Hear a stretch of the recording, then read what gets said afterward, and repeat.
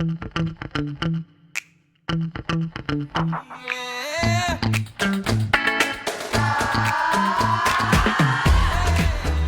here we are then in the office again on a Wednesday afternoon. We're getting used to all meeting up regularly, which is a lot better than talking over the computer. For some. Do you agree? Some, yeah. Yeah, I think it's a nice balance. I think 3 months at home is enough. I think it's nice to get the balance now. It is indeed. With 2 weeks in the office, you're ready to go home again. You're ready to go home again. Two days is enough. I think any more than, if I have to do 5 days again, I think that would be too much. The luxury of course dental practice don't have that, do they? Because they've got to be in 5 days a week. You can't treat or do orthodontics from home. No, that's true. Very Yeah, true. that's true. Yeah, we can't I was lucky. Yeah. We do. Very lucky. But we're here. We digress. We're here to discuss our the Goodwill survey guide, which we recently released. Downloadable if you click the link. Downloadable. Get that advert in, Luke. Downloadable indeed. So obviously it covers all the completions since the start of the pandemic. It was obviously a very interesting year for us, as I'm sure it was for a lot of people. So did you identify any new trends, or do you want to talk us through a few facts and figures, Luke?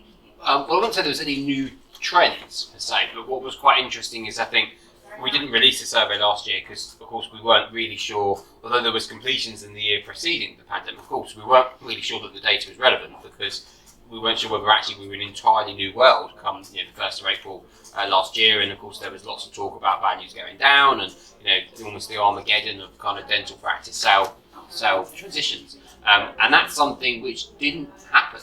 To us. I mean, we didn't see any real activity, did we, till the beginning of September time?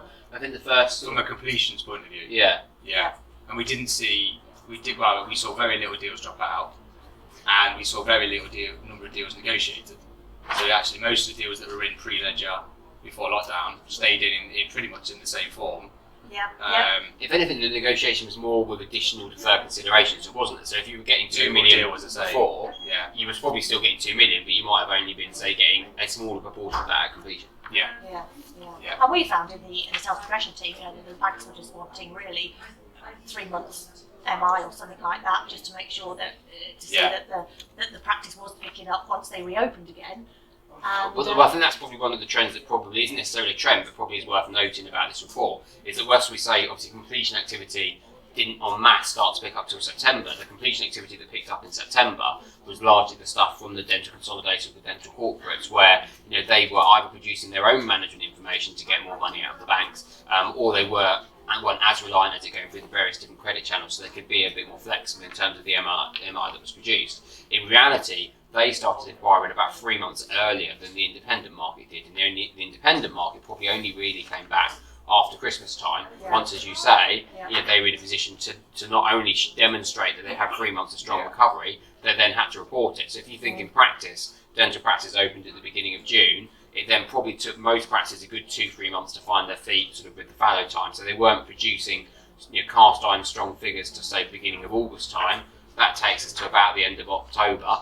Then you've got a month or so to report it, but we're on top of Christmas, hence I think the January kind of turnaround. I think from a completions point of view, as you say, you almost have to wait for that period of time to allow for the revenue to get back to where it was. You did. And to get confidence back in what you were buying. But what was interesting, which obviously we've already discussed in various talks, is that between that time of coming back in December is when we sold a lot of the smaller stock, the first time buyer practices, where you say they weren't completing, but they were selling.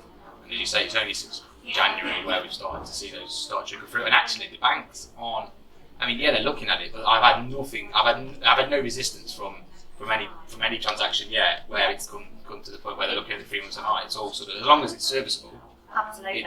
It's sort of okay. So it's what I think helps is, of course, dental practices have recovered very quickly. So we haven't been having the conversations going, oh, well, they're at 90% of revenue, therefore we need to have this price reduction or that price reduction or this change in terms. Most of them are exceeding where they were before. So actually it's been a very easy piece of management information to produce to then sell through credit. Yeah, to be fair, I haven't had any negative conversations. Like when I think back of all the deals, you kind of think, oh, here we go, the account's going to come, the fee's going to come, what's it going to be like? And actually they always come through, they've always sort of come through, which goes to show the recovery of the market. Absolutely. It's probably various factors that could contribute to that, but it's one of positive. the biggest things we found in the team is, we've sort of almost got a record amount of completions going through, at the moment, because in a normal year you'd get some dropping off and then you're getting some new ones, agreed sales.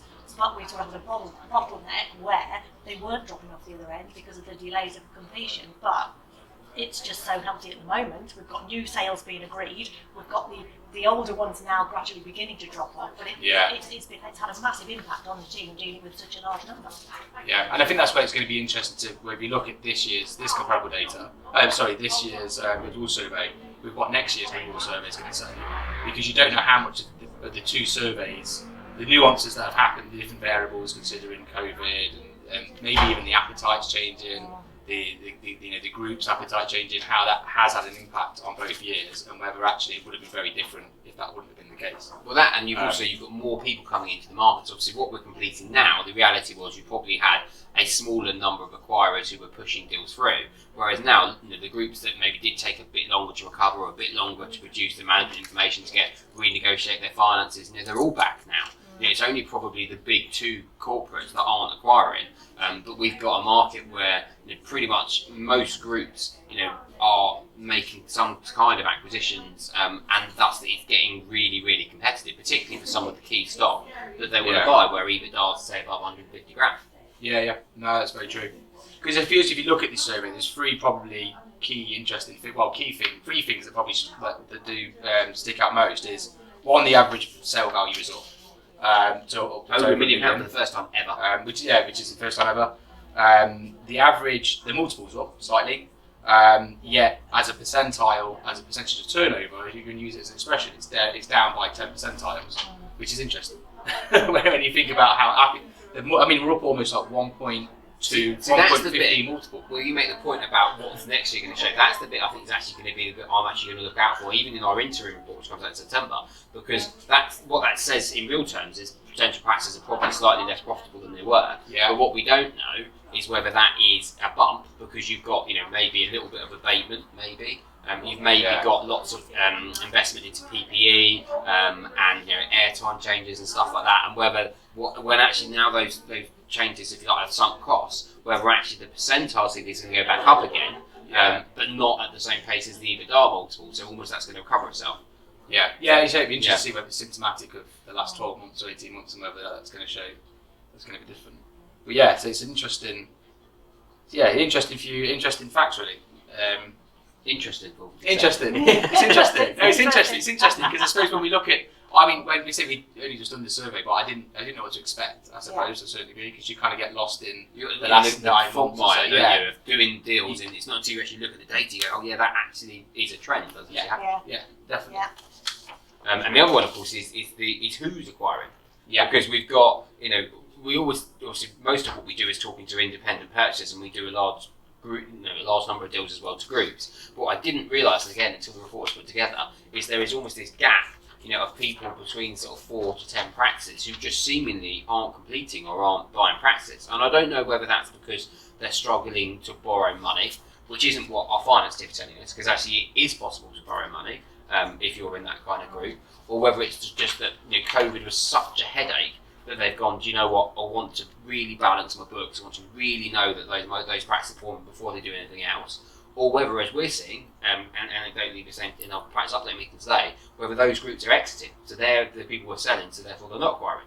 And I think that, I suppose over the last 12 months, that's what we've seen that come through various guises in terms of who we're speaking to, and I think that will be interesting in the next 12 months to see how that. Yeah, I think there's a lot of people probably just stopping and taking stock of where they are, and that would ring true with those people, because if they've got 4 to 10, thinking, how risk averse you are, I suppose it depends, doesn't it? How different has that working year been in the last 12 months for them? Yeah, because I suppose that's the difference, isn't it? Is people, obviously we run a relatively modest business in terms of employee numbers, and for us it was quite a headache. Obviously, we had lots of conversations, at the early part of the process. And then when you get beyond 10 practices, you tend to have a much bigger team. So you have HR directors, ops directors. So you're making those decisions as a team, and maybe you don't have full ownership stake because of private equity and things like that. So it's probably that group in the middle who, let's suppose, probably employ 200, 300 of staff, but actually all of the pain is still on their head. It's those people that aren't acquiring, and maybe that's why. Yeah, very true. Well, so we're running out of time. Download the survey, click the link, and we'll see you next time.